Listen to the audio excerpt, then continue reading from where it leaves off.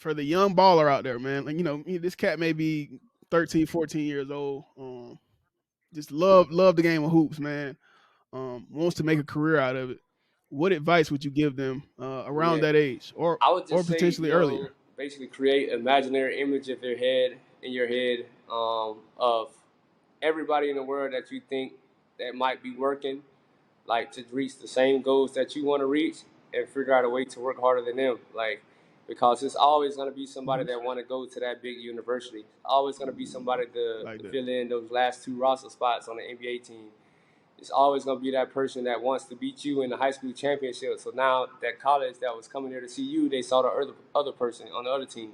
You know what I'm saying? So like, you just got to really figure out what it is that's going to leave your mark on the world. And I think a lot of guys like give up on that way too early because things don't happen overnight.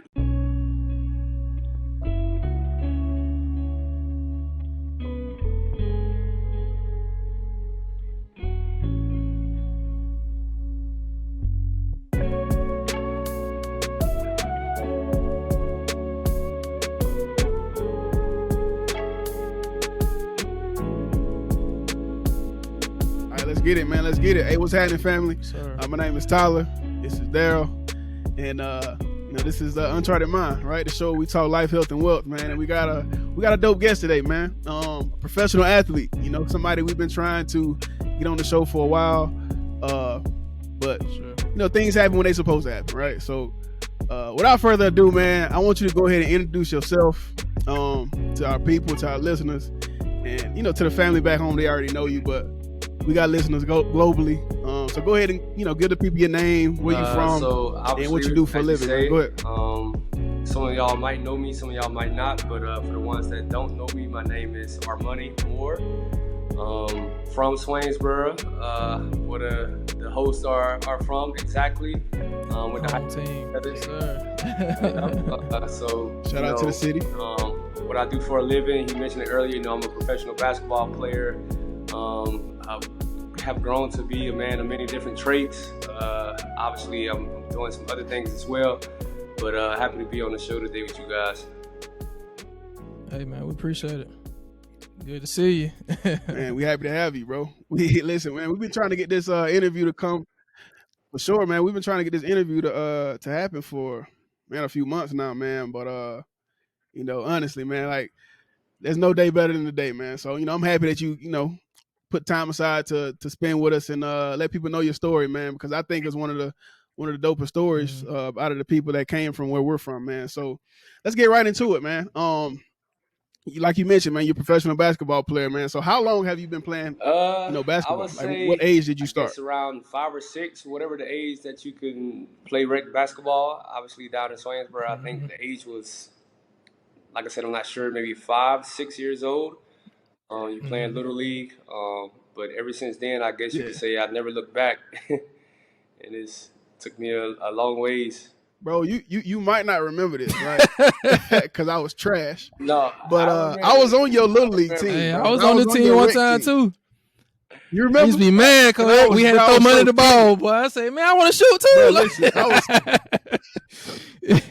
I'm telling you, look, I ain't even shoot, bro. Because I remember one time. You probably don't remember this though, but I remember one time I shot the ball, airball that bit, right?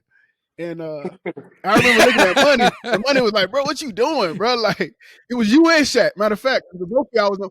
Yeah, bro. And after that, bro, it was just over for me, man. I told Pops, man, I said, listen, I want to hang it up. I said, I want to hang it up. But he told me, man, nah, you don't start it. You're going to finish it. You may not make the All-Star team. He told me that, too. He said, you may not make the All-Star team, bro, but you're going to finish what you start. I was like, all right, bet. But, I was trash, man. I remember you being real good early. You and Shaq, man. So, like, at what age, bro, did you, know this was what you wanted to do as far as playing basketball? It probably wasn't until maybe 7th grade. 6th grade, I thought about it. 7th grade, I was like, man. And then 8th grade, that's where you start kind of getting the looks from the high school coach and the JV and stuff. Then you start to play travel ball. So then when it got to the point where it's like I can either put my family or in debt, or I can try to get a scholarship to play somewhere for free at a potentially big university. I was like, okay, well, why not do that? Like, or not even my family, but put myself in debt as well.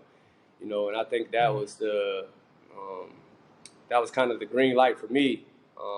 That's what kind of put it over the top as far as, because I mean, all my life I didn't even really play basketball. I mean, we played it because there was nothing else to do down in Swainsboro. But like, obviously, my passion was baseball. I played baseball more than anything coming up. Like, I forgot about that. it Yeah, I wasn't forgot. it wasn't even my love. I I didn't remember have that. that passion like I had for baseball. So, but at a certain point in time, you get to the point where you have to figure it out. And I think for me, going to like seventh grade, eighth grade, I was like, okay, man, I guess like I'm tall. I'm taller than everybody else. So why not try to, do something that could possibly benefit me in the long run? So I would say that was the time frame for me. What was that process like getting Okay. recruited by, the colleges and stuff when you was in high school? And what Uh, like steered your decision to go to the college that you went to? Man, it's crazy because like to answer the first question, I think the experience was it was fun, it was exciting, because you never knew what exactly to expect. Whether it was an unofficial visit or official visit. You went into those things blindly because it's something that you have never done. Everything that you was doing was like your first time. So I think it's just like anything else in life. Like when you're doing it for the first time, you're always like anxious to see what come next, and then just going there and traveling around to different campuses, and seeing what the food is like, seeing what the people are like, seeing what the cities are like. I think that was very eye opening to me, because it's like where we come from. You got a gym, a locker room, Ain't and much that's wrong. about Yeah. it. But when you looking at these universities, they got cafeterias, they That's got it. weight rooms. All these things are like personal use. So you go to a big university and they got everything set up, as far as somebody to help you study, somebody to help you make sure that you get to certain places on time. You got people that are giving you meals, dropping off meals to classes, and I'm just like, man, like I would love to be a part of this. I think once I got to see all that, I was like, man, this is really like a no brainer. Like I gotta do this. You know what I'm Okay. saying? And to answer your second question, like I don't really know what made me go to Tennessee. Like, bro, I'm really just walking down the hallway one day in my private school up in Kennesaw, and the head basketball coach called me, and I was just like, yeah, I want to come. Like that's literally how I committed. Like it wasn't no like, What? hey, it wasn't no heads up like, hey, I'm gonna call you. Like we need a decision by Friday at 3. It was just like, man, all my family thought I was going to college of Charleston because I really was sold there. They got they had one of the most prolific coaches in all time, and Bobby Crimmins was the coach there at College of Charleston at the time. Some people may know, but the Georgia Tech basketball court is named after him. He's really a legend. Coached a lot of great guys. Put a lot of guys in the NBA. I think developed them to where they was able to get in the NBA. But I was sold on College of Charleston. I had everything kind of set up. And I think for me, that was the place where I wanted to go out of all the other places that I had offers from. But like I said, walking down the hallway one day, and Coach Martin called me, and I was like, he asked me the question, "Are you ready to become a volunteer?" And I was like, "Yeah, I'm ready." Like, had no idea, bro, that I would be committing to like college in between changing classes in a high school. Like, but that's how it happened. Okay. So no top 3, no top 5, no like hat Yeah, Well, I that's selection. think how Just it you was. just the So called him coach and was called like, yeah, him. I'm ready to go. Yeah. Let's do it. yeah, so obviously like when I committed, like within 30 minutes, like my phone was blowing up because I didn't like commit on paper yet. It was just a verbal commit. So obviously when you verbal commit, like this news gets out fast, like because the schools they post it. And like man, other coaches like blowing up my phone, like College of Charleston, like at least 4 different coaches had reached out to me, some other colleges as well, but man, I just couldn't answer the phone because I was really in shock myself. Like I didn't know I was gonna be committing on that day. Like when I woke up that morning, like it wasn't in my plan. So I'm shocked just like everybody Yeah. else. But interesting. I really enjoyed that process because it was something that I not only got to enjoy myself, but I also was able to, tag my family along, and they got to see what it's like too. Because nobody in my family has ever been able to play D1 basketball or something like this. Hey, I want to ask real quick, man. Like, Got you. just looking back on it, do you ever regret not going to the other school, or do you think this, the path that you took, was the best path for you, going looking back at it? I'm a big fan and a believer that our life is already wrote. So like, I never really try to get Sure. into that. I just kind of always, Yeah. I say wherever the wind blows me, that's Mm. where I'm gonna go. AKA, like if God has planned for me to be in this spot, then that's where I need to be. You know what I'm saying? So I think everything happens Sure. for a reason, really. So I wouldn't say I regret it. Like, would I say like some things probably would have been different? Probably, but who's to say they would have been like to my benefit? So True. I mean, I'm just thankful and grateful that I was able to receive a D1 scholarship in general to a D1 program with over 30,000 students. Like, I think that's Yeah. pretty huge.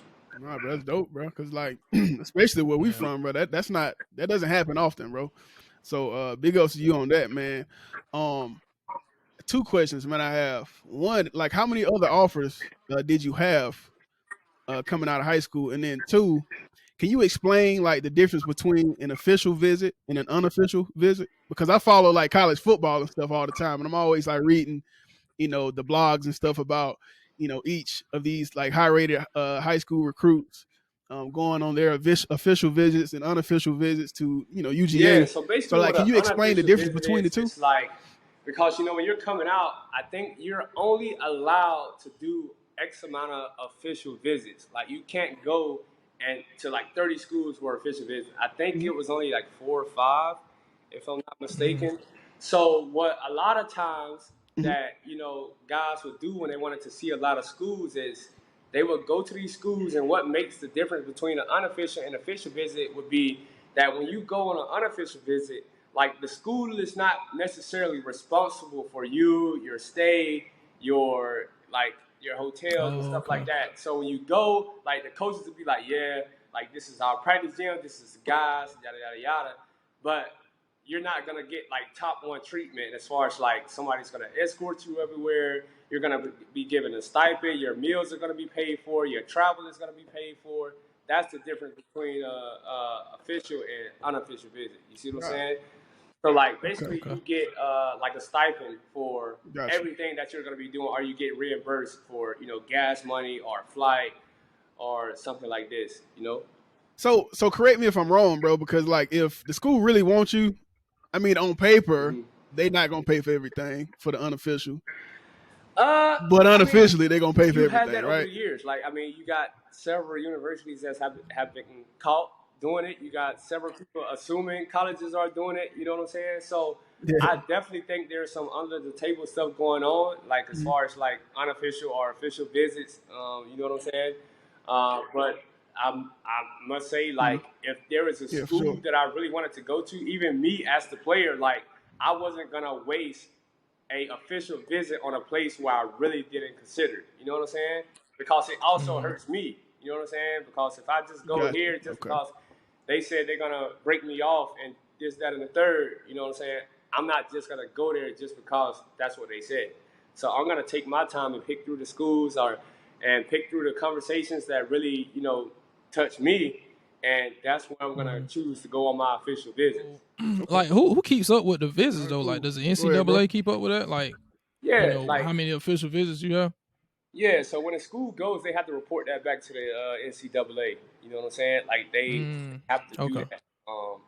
I don't necessarily know if the schools have a limit of how many kids they can officially have, but I'm sure like they have Mm-hmm. something between like their financial department, like, hey, we're only going to be doing 20 official visits this summer or whatever, because also like money is not unlimited. Like these big universities Yeah. have a lot of money, but like you got to also understand that they're taking care of athletes who are miles and miles away from their home every single year as well. So like they just don't go crazy. But like I'm not too sure how that works, but definitely it has to be reported. Like what schools you went to visit and stuff like that. So explain like what that transition was like from playing ball in high school into college, and like how was the demand differently in college, and as far as like your training regimen and all that?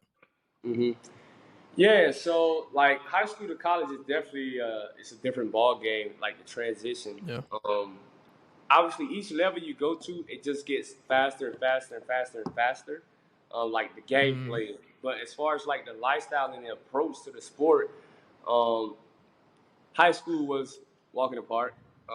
Like you don't have to wake up at 5 in the morning, do this, that, and the third, and like so I think when we go to these colleges, like we don't really know what to expect, but when you get there, you're waking up at like 5, 6 a.m. in the morning, and you're training in the morning. You got to do this, you got to do that. You got to go to study hall, then you got to go to breakfast, you got to lift weights, all that before you go, all that before 8 o'clock in the morning. And once 8 o'clock in the morning hits, then you're going to go to a class, and you're going to go through classes to probably about 2 o'clock in the daytime. In the afternoon, then you're gonna come have basketball practice from probably about 3 to 6. And then after that, you got to go to study hall again from like 6 to 8 until you become an upperclassman, to where you might even say, "Look, my grades are good. I don't need to go to study hall." Or your coach signs off on it and say, "Okay, his grades are good. He don't have to do that." Like, but that normally doesn't happen until you're about a junior.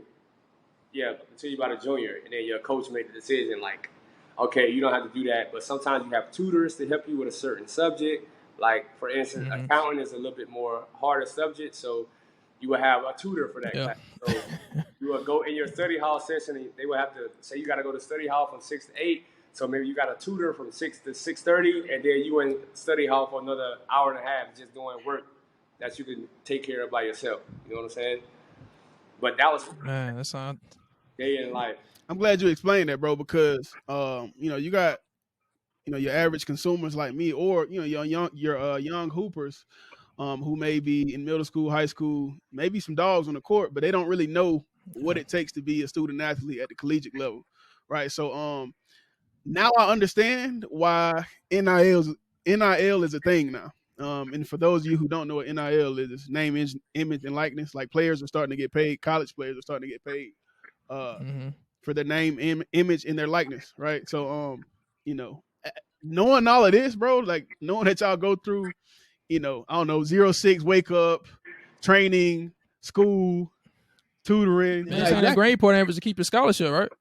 Yeah, no, for sure. Exactly. Like, you have to, in order to stay on the court, you have to have I think around that time, I think it was like a 2.8, something like that. But like, or 2.6, it might not been that high, like 2.6, something like that. But like, it's hard to balance all these things, and that's just like teamwork. There was even a time, I think my freshman year, I think, man, I had to go do my individual workout at 5 to like 5:45, and then I would have to do like team stuff at 6. You know what I'm saying?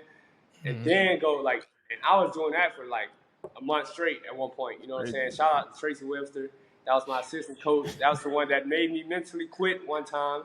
But it made us who we were. You know what I'm saying? Like, everybody wanted this opportunity. So at some point, like, you got to choose between being weak or being strong. And that was our motto too. Like, when I was at Tennessee, we called ourselves the tougher breed. Because like, it really was like, it was mind challenging, it was body challenging, but at the end of the day, like, that's what made us who we were. That's why we was able to go to the Sweet 16 with the less talent. You know what I'm saying?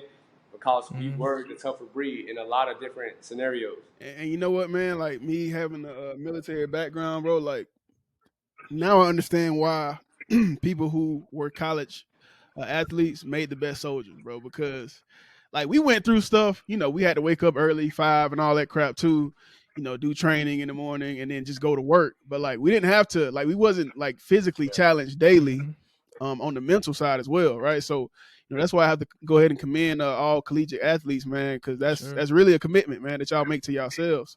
One of the things I kind of want to get into, bro, like, leading up to that, to you being in Tennessee, like, can you talk about the work you had to put in to even starting to get noticed by certain colleges, D1 colleges and things like that. Like, can you talk about like the amount of hours that you put in the gym? Yeah.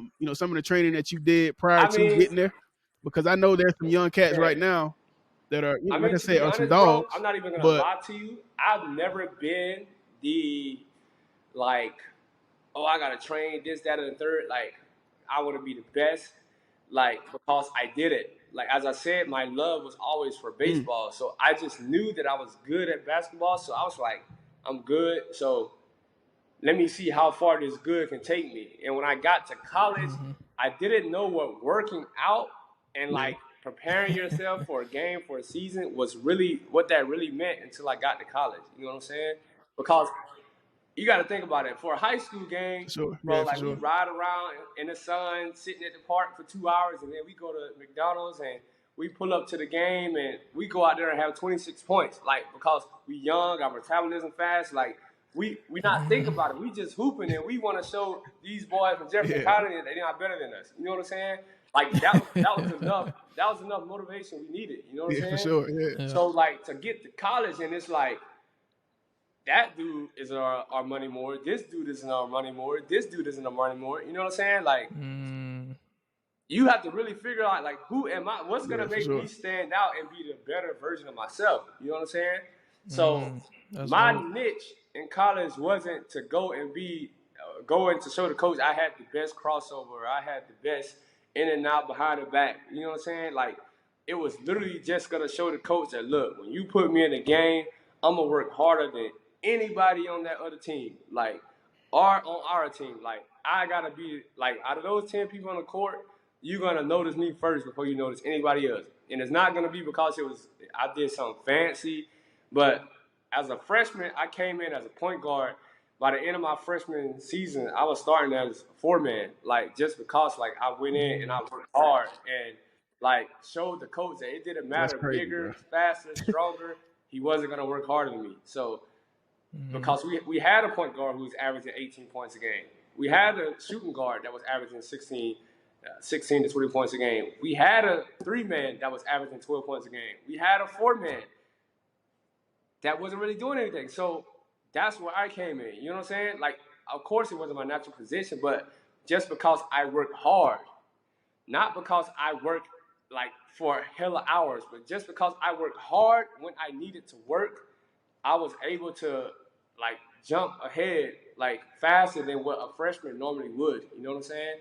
So I did that, and that's what kind of got me to where I was. But as I said, like I didn't work out every day at the high school for 4 hours or something like this. You know? So real quick then, right? Like I'm gonna follow that question up with this one. Your current self right now.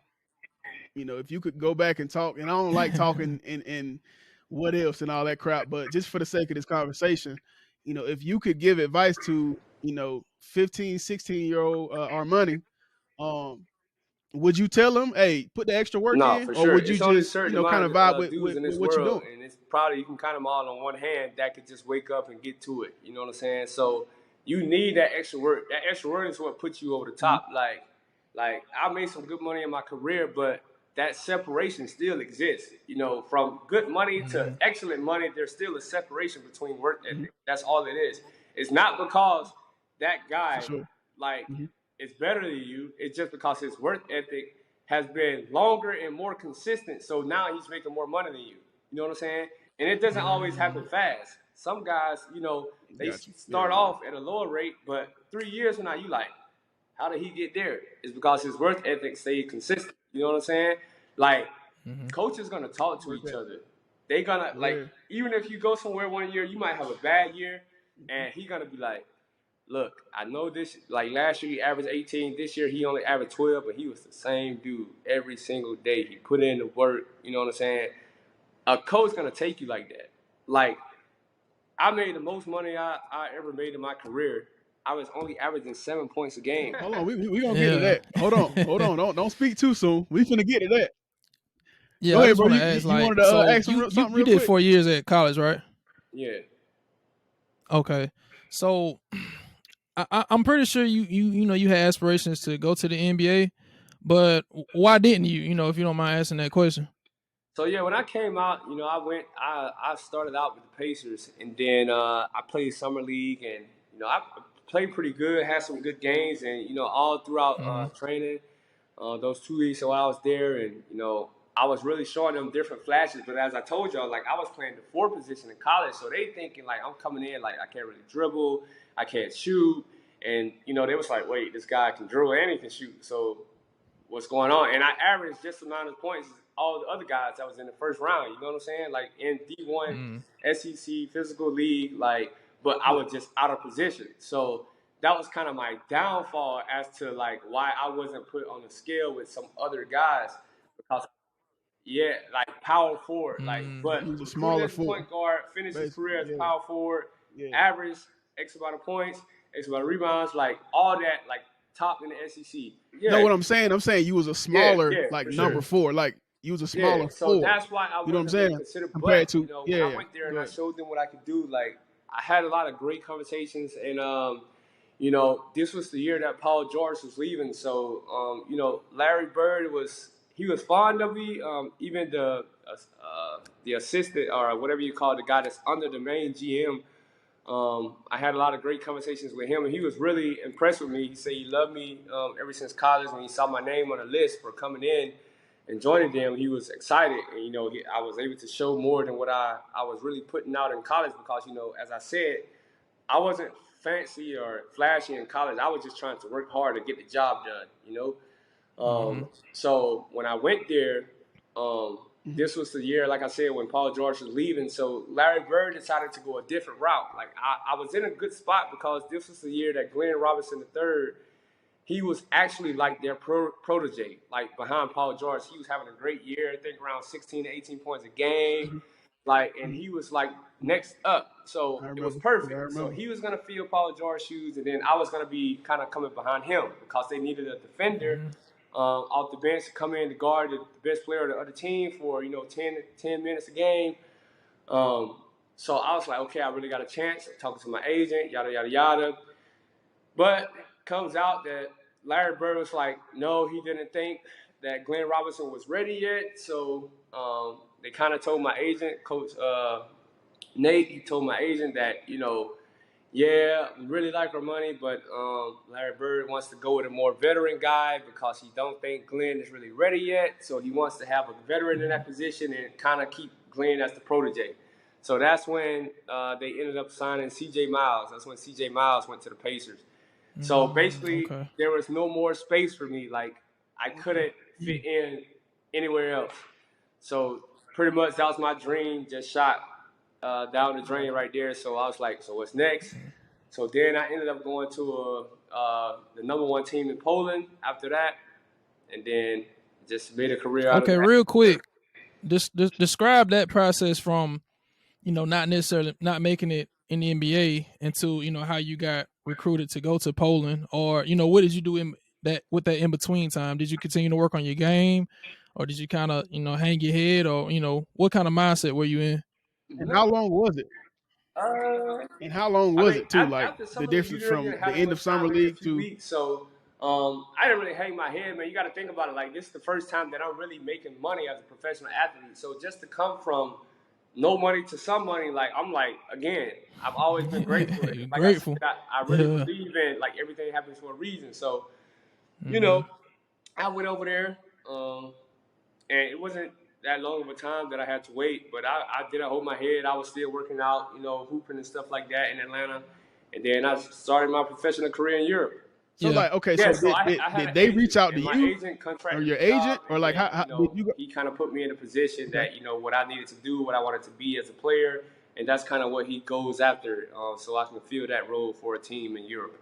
So how was that transition coming from down south Georgia, from Swainsboro to Atlanta to going all the way to Poland, like the culture shock, what I'm saying, the language barrier? How was that transition? Man, it's really like, I don't know how to explain it, but like you imagine transferring to a school that's completely out of state where you know absolutely nobody. Like first day of school, walking down the halls, like that's how it feels. You know what I'm saying? Okay. Like it's already enough. It's weird enough when you walking down the halls when you know everybody on the first day of school. You know what I'm saying? But like going to a school where you wouldn't know anybody completely, that's exactly how it feels. But times that times 10 because you don't speak the same language that they do. You know what I'm saying? So like I think that's how it was. But going to Poland was different, but I enjoyed myself because I was around a group of guys. One guy was from Atlanta, another guy was playing in EuroLeague, and he was another African American, and I think we really bonded. So my rookie year was really easy compared to some other guys who might go somewhere. They might be the only American. It was a lot of Americans on my team, so it was an easy transition for me.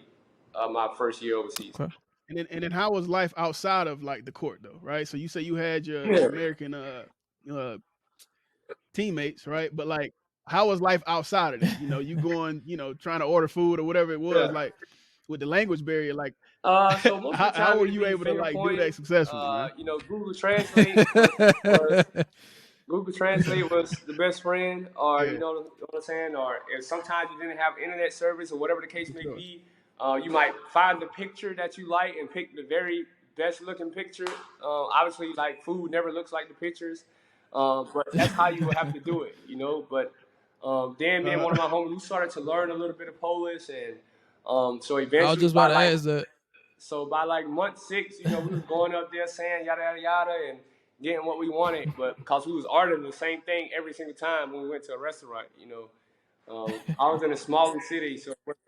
No, so you started off in Poland, bro. Is that where you at now? Is that where you hooping at now, or like? I've been back to Poland. I play now in Poland. I played for 3 different teams in Poland throughout the years over my 7-year career. But now I've been in Germany the last 2 years.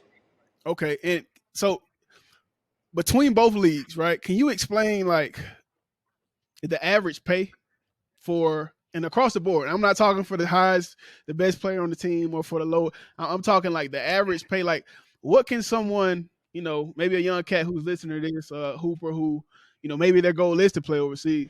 Like, what can someone look to make? Obviously, as a rookie, you're not gonna really get anything over $5K unless you like one of those rookies who's like, do something like LaMelo Ball or something like that, and you just go somewhere for 1 year just to not go to college.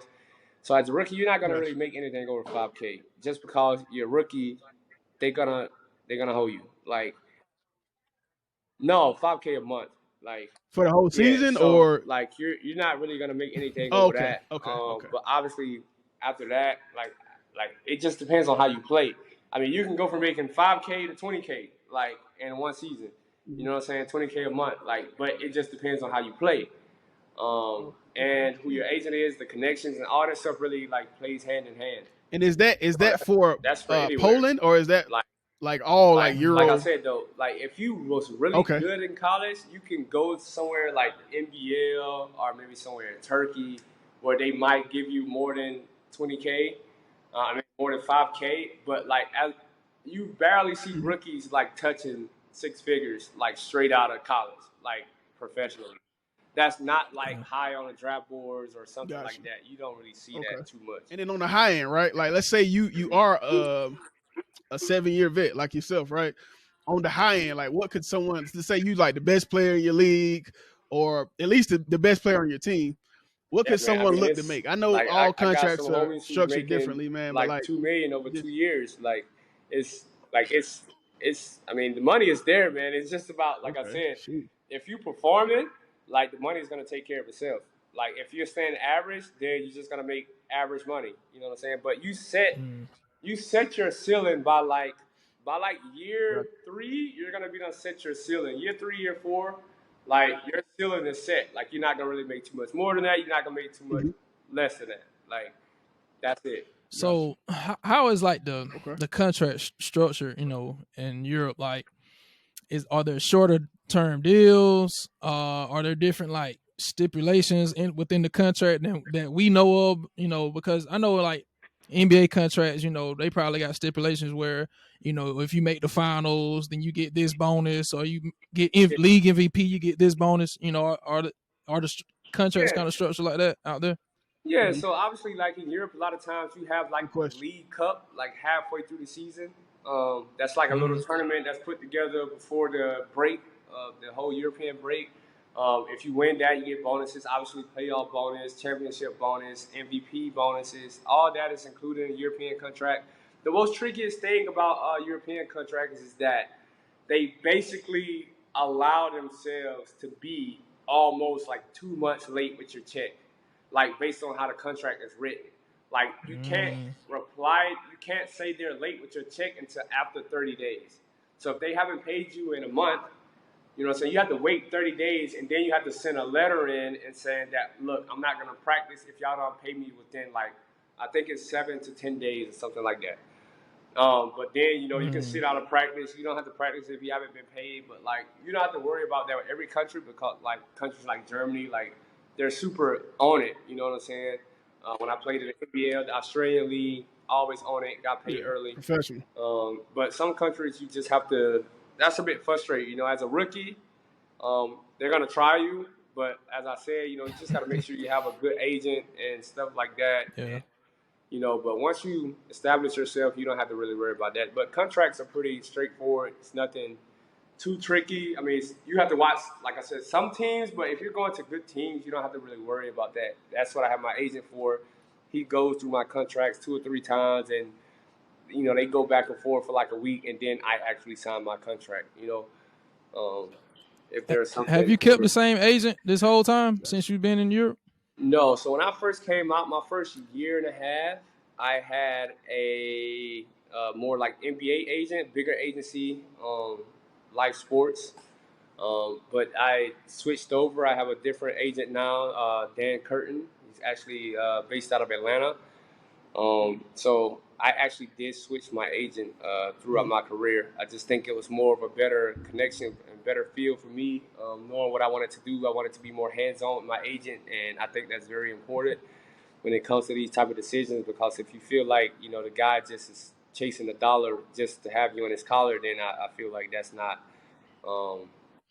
you know what I'm saying? Mm-hmm. But I get it because I'm also a businessman, business. so like, no hard feelings, but I just went a different direction. So, man, listen, man, on the show, man, we like to protect our listeners, financially, emotionally, anyway, in life, health, and wealth, man. And if you could just the countries that you've experienced this with, talk about some of the countries that you've experienced that late payment, so that Poland.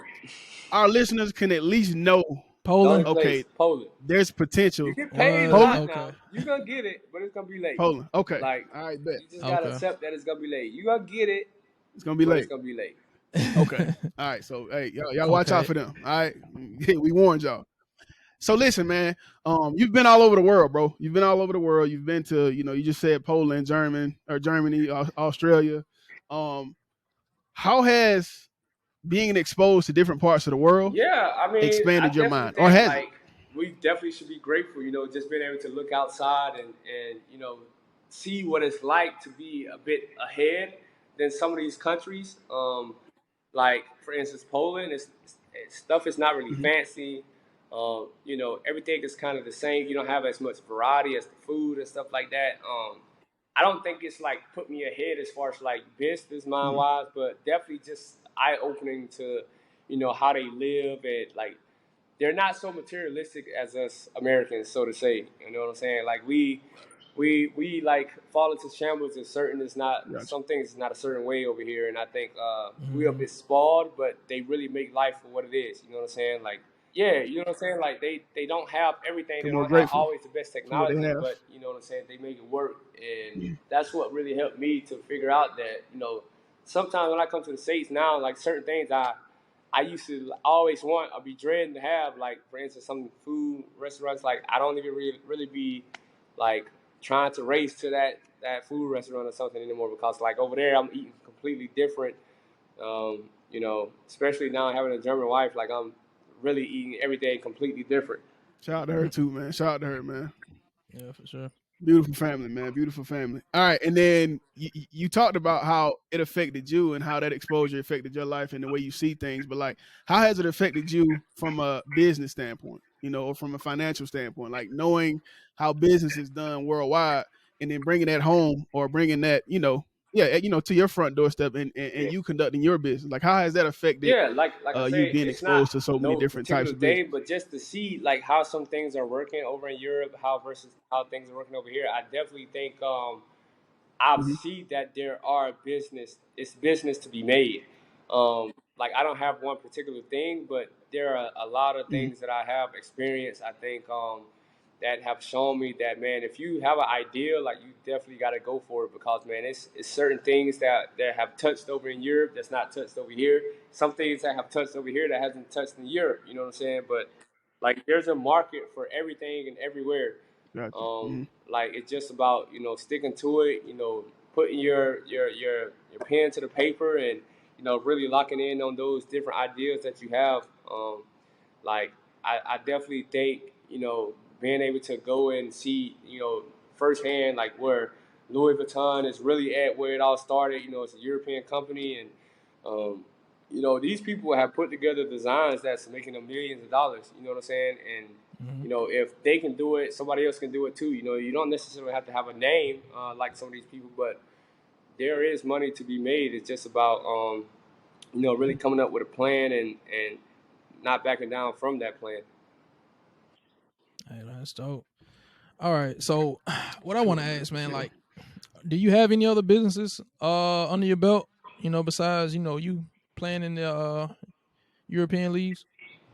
Yeah, so like right now, I think one of my biggest things that I do is I do sell merchandise. I have the shoes, the clothes and stuff. It's more on the luxury end, the travel luxury bags and stuff like that. Had this business for a little minute, but it's going good, man. It's one of the things that I started before with a friend, and it was successful, but it wasn't successful enough to where I was like, what if I didn't have a job? Like, could I really live off this? But now it's to the point where Mm-hmm. I'm really like, I could say like, if I quit working, like I really could make a living from this. You know what I'm saying? And Mm-hmm. I think now it's the fact that I just have a lot of NBA clients now, so the business is doing really good. There was a time, the beginning of my career, where I was kind of more the real estate side. I did flipped a property here in Atlanta. Actually, just sold a couple months ago. So got that out from under my belt, but real estate is not for me. Salute to you if you want to do that, but it's not for me anymore. But yeah, other than that, man, I'm working on a few things right now. Um, Not really gonna share those things, but everything that Okay. I think about doing, man, I go to Google Docs and I type it up. I create plans, and then even if I don't do it right then or there, like I have it, I go back, I revisit it. Maybe if I see something while I'm out of traffic, like I'll come back, jot it down again, and Mm-hmm. then go through and revise it, put it together in a better format. But that's how it all started, man. Like, I thought I would start my own clothing brand, but instead I started selling somebody else's clothing brand. You know what I'm saying? Um, so that's how it's all working, man. And I think that's Gotcha.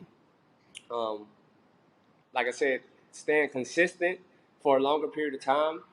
Um, like that's what does it. You know what I'm saying? Because like I started this 3 years ago, and like I was making pennies to a dollar, like wasn't really making no money. But now I stay to it, um, develop my own website and stuff like that, and now, man, like sky's the limit. So Hey, so real quick, man, for someone who may want to shop with you, man, can you plug in your website and any way that they can yeah, reach you I have as far as a buying your Instagram merch? account. Definitely will share that, and then you can find the link to my website there. But as a lot of people may know, a lot of people just kind of directly send me a message and just tell me what exactly they're looking for, and that's how I do it. I'm always super busy, so I don't have time to really update my website. Like it's Okay. only me doing this, so I'm always moving around, so I don't update my website as much, but just kind of more so based off of the season. So when it's winter time, it's got to be more winter products, and then when it's summertime, I kind of change it up a little bit and make it more some summertime products. But man, I do everything myself. So if somebody wants something, they can strictly send me a message on Instagram or whatever it is that they think they can Okay. contact me with. Okay. That's a bet, man. So with the merchandise, like, Gotcha. and Yeah. I ain't trying to dig too much into your business, but Is it easy for you to get your hands on it, like in those European countries? Like have you built relationships over there that kind of make it a little easier at better Yeah, margins to get those products?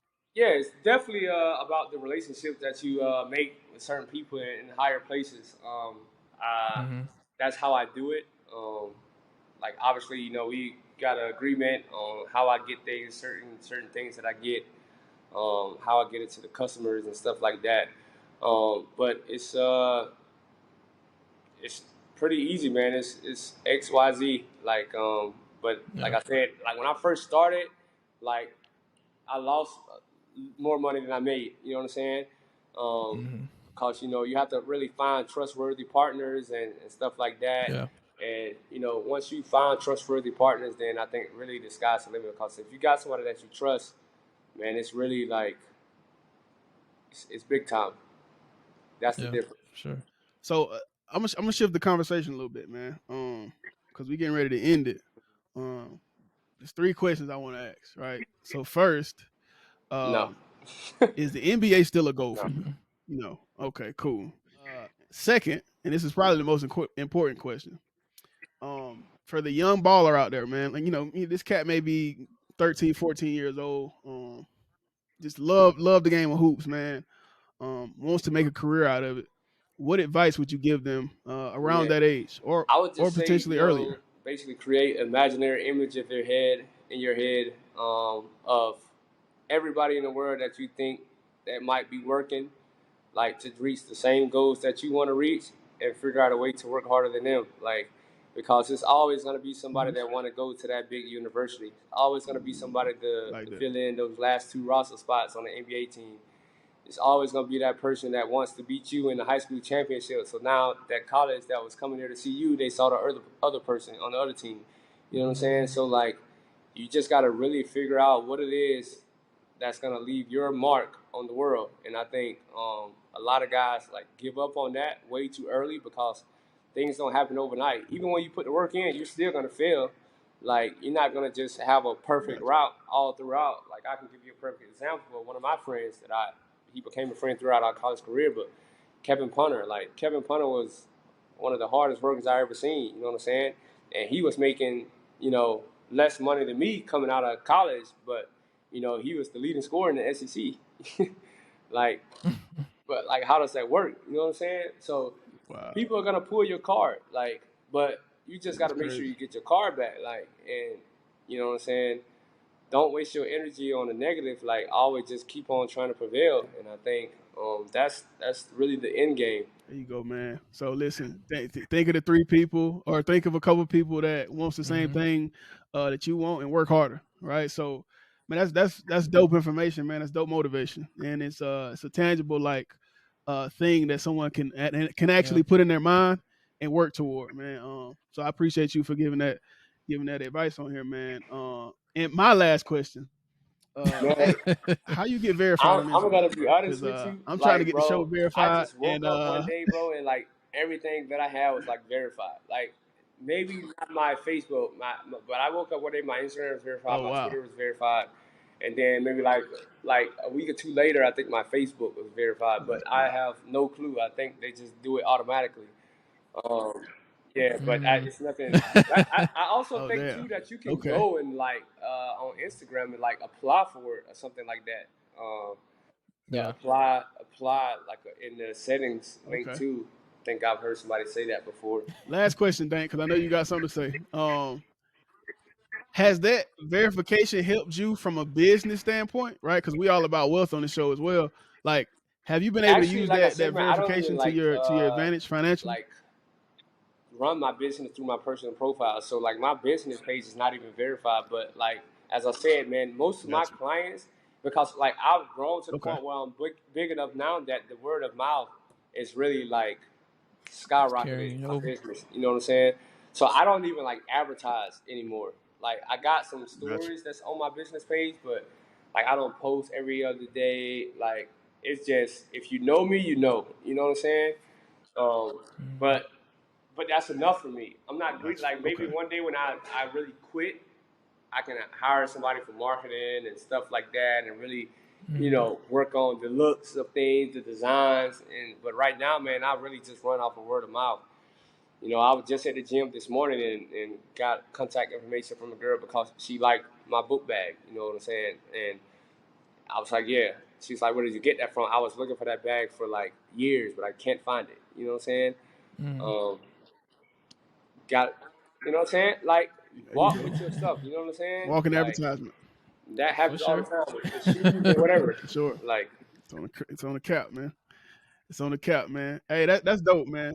Shout out to you, man, because I mean, we don't shine enough light on business owners. We don't shine enough light on entrepreneurs, man. And I didn't want to like talk heavily about your professional career, which I respect a lot, without shining a light on your your entrepreneurship, success that you've had, man. So shout out to you for juggling a successful professional career, a family, for in sure. the business, For man. sure, So man. that's big ups to you for that, man. Yeah, man. I don't have a final question, but I'll just say, man, hey, I know you said that at first you wanted to start your own brand, but then you kind of transitioned to selling other brands. But I'll just say, man, hey, don't give up on that. I feel like the best thing you can push, man, is your product. You know what I'm saying? Whatever that may be. So I just give you a word of encouragement. Like if you have to go back in the lab, revamp it.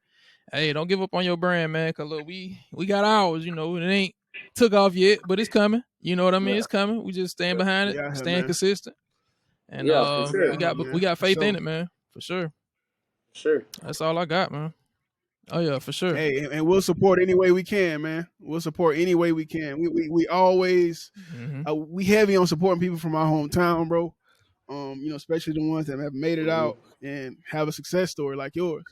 So we appreciate that. We like to nurture that and provide motivation for others, who may have been in our in the situations that we were in, right? So yeah, man, appreciate you coming up here, man, and spending some game and really sharing your journey, bro. Man, we really appreciate it. That's the motivation itself. A lot of people think success is overnight, but that shit comes from the work you put in on the front end, right? So thank you for coming up here, man, and we appreciate it, man. Hopefully, in a year or 2 or 3 or whatever, we can have you back on and you can really tell us how this business you got going right now, has hit 7 figures. You know what I mean? So I'm go ahead and speak that into existence for you, man. And, appreciate you for coming on. All right, man.